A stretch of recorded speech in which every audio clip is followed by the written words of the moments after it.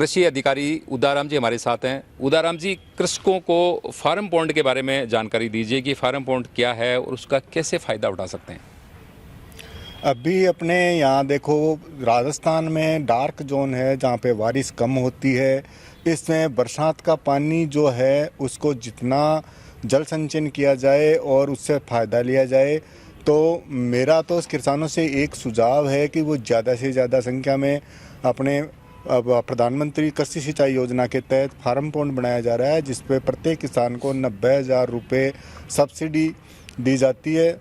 अब उसमें अगर फ़ायदा लेना चाहें किसान, तो उसके लिए आपके एक तो आवेदन फार्म है, लाभान्वित प्रमाण पत्र हैं जो आपको मिल जाएगा, कृषक का बिजली का बिल है, कृषक की फ़ोटो है और जमाबंदी नक्शा, आधार, बामासा, बैंक डायरी, पैन कार्ड और इसमें पटवारी प्रमाण पत्र, ये सारे कागज़ किसान एक फ़ाइल में एडजस्ट करके और उसे ई मित्र पे जाके ऑनलाइन करवाएं। उससे फिर लॉटरी द्वारा इसका चयन होता है कृषक का। अब वो चयन होने के बाद में वो अपने खेत में फार्म पॉन्ड बना सकता है। अब अपन बात करेंगे फार्म पॉन्ड के फ़ायदे, क्योंकि राजस्थान में क्या होता है कि हर तीसरी साल अकाल पड़ता है। ये राजस्थान की एक प्राकृतिक जो आपदा में ले सकते हैं अपन, या एक ऐसी ही है यहाँ के जो मौसम है उसके अनुसार। अब मौसम को अपन देखें तो इसमें क्या है कि किसान एक बार जो हमारा जो यहाँ का नाप है फार्म पॉन्ड का, वो आपका 20 × 20 × 3 है, यानी 20 मीटर चौड़ा, 20 मीटर लंबा और 3 मीटर गहरा।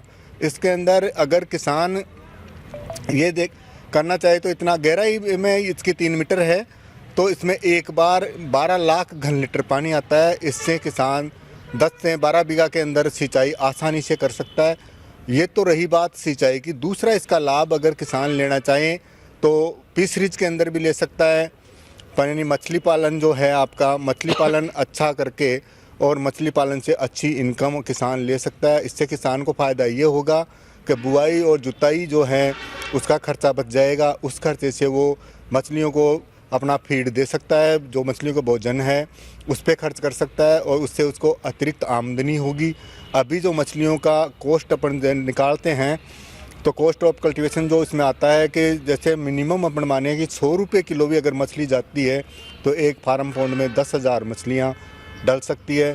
तो अब आप अनुमानित लगा लो इसके अंदर कि 10,000 मछलियाँ कम से कम है, तो उससे कितनी इनकम किसान को हो सकती है अगर किसान करना चाहें। तो दूसरी है इसके अंदर मछली पालन वाला हो गया। दूसरा है कि अभी अपने यहाँ सूखे की स्थिति को देखते हुए अगर किसान हॉर्टिकल्चर पे जोर देना चाहें तो फलदार पौधों की बागवानी भी कर सकता है।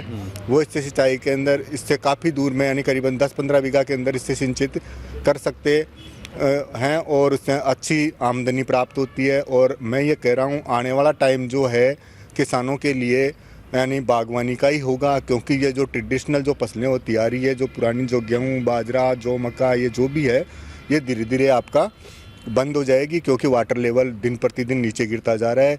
अभी तो हालत ये हो गई, जिस क्षेत्र खूड़ में मैं रहता हूँ वहाँ पे कोई टाइम पे 30-30 नोजल फुहारा चलते थे। आज वहाँ पे एक किसान के 2-2, 3-3 नोजल फुहारे के ही चल रहे हैं और आने वाले जो 4-5 साल है उसमें तो वो भी बंद हो जाएंगे।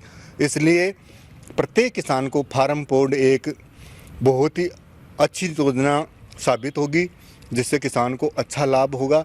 और इसमें दूसरा है कि अभी जो नई वैरायटी चल रही है फलदार पेड़ों में, वो है थाई एप्पल जो जिसको बोलते हैं, और उसमें न तो कोई रोग और कीट बीमारी आती है विशेष। वो अपन ये बागवानी की बात कभी बाद में करेंगे। इस वीडियो में मुझे ये बताइए कि एक बार मान लीजिए किसी किसान ने फार्म भर दिया और लॉटरी में उसका नंबर नहीं आया, तो फिर अगले साल या उसी साल उसको दोबारा कब फार्म भरना चाहिए? नहीं, उसको अगर एक बार इसने आवेदन कर दिया तो उसका आवेदन 5 साल तक वैलिड रहता है।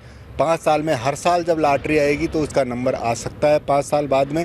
अगर 5 साल तक नहीं आता है तो उसको रिन्यू करनी पड़ेगी दोबारा से अप्लाई।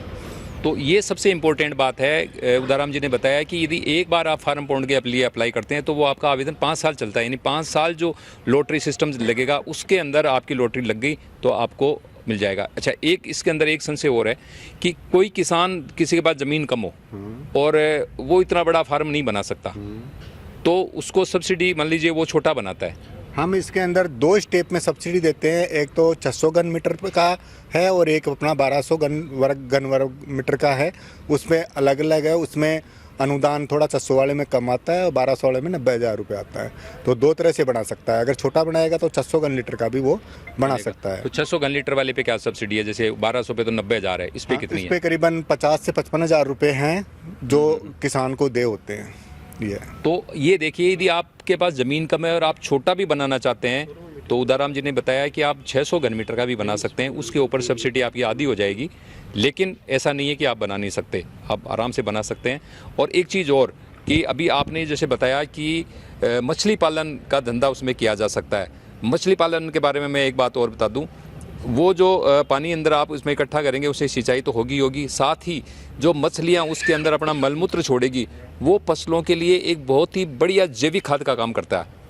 तो ये भी बात आप ध्यान रखिए कि आपके खाद के पैसे भी बचेंगे। आप जो यूरिया DAP डालते हैं उसकी फिर कोई ज़रूरत नहीं होगी। सही कह रहा हूँ मैं? क्योंकि उसके अंदर हमारा जो एरिया है, जो अभी ये खूड़ और ये इसका एरिया या मतलब अपनी तहसील जो है, इसमें कितने लोग अभी मछली पालन आपकी नज़र में कर रहे होंगे?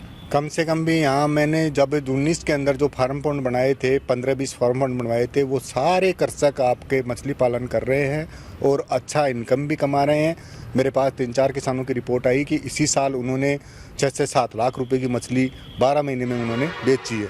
और मैं ये कह रहा हूँ ऐसी कोई फसल नहीं है जो किसान को 6 से 7 लाख रुपए 12 महीने में देके जाती है। मछली पालन एक ऐसा होता है व्यवसाय जिसके अंदर आप आराम से किसान को 6 से 7 लाख रुपए मिल सकते हैं। जो तो उन्होंने शुरुआती में कम मछलियाँ डाली थी, अगर उन्होंने जो पर्याप्त मात्रा में मछलियाँ डालते तो वो 10 से 12 लाख 15 लाख रुपये तक भी कमा सकते थे। तो सुना आपने कि मछली पालन यहाँ पे बहुत सारे लोग कर रहे हैं।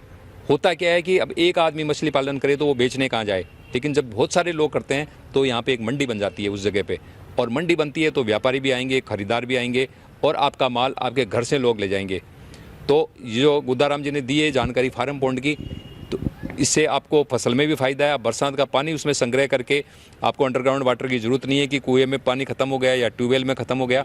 आप बारिश का पानी इकट्ठा कर सकते हैं और उस पानी से फसल के साथ मछली पालन भी कर सकते हैं या फिर बागवानी कर सकते हैं। अपने इस फार्म पॉन्ड के एक और फ़ायदे ये हैं कि इसमें क्या है, बारिश का पानी होता है। बारिश के पानी में आपको पता है नाइट्रोजन 78% वायुमंडलीय नाइट्रोजन होती है। अब नाइट्रोजन को डायरेक्ट तो पौधा नाइट्रोजन में तो लेता नहीं है, उसको नाइट्रेट में विखंडित हो जाती है। वो नाइट्रेट में विखंडित होने के बाद में ही प्लांट उसको ग्रहण करता है। और जो अपन जो अतिरिक्त ये यूरिया वगैरह ये जो बाज़ार से देते हैं, इसकी देने की ज़रूरत नहीं है।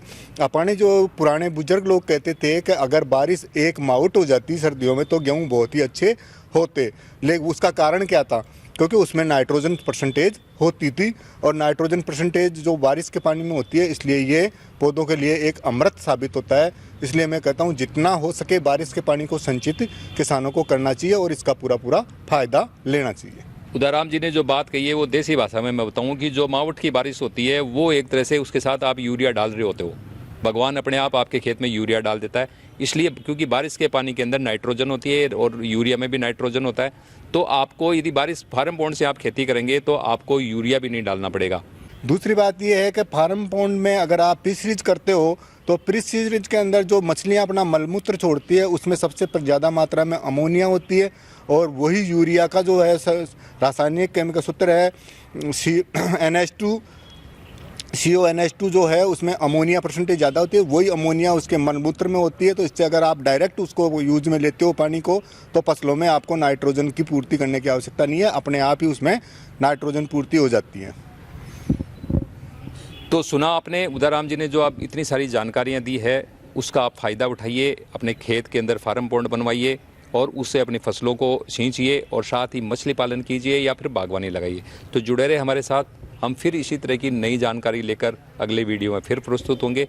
धन्यवाद।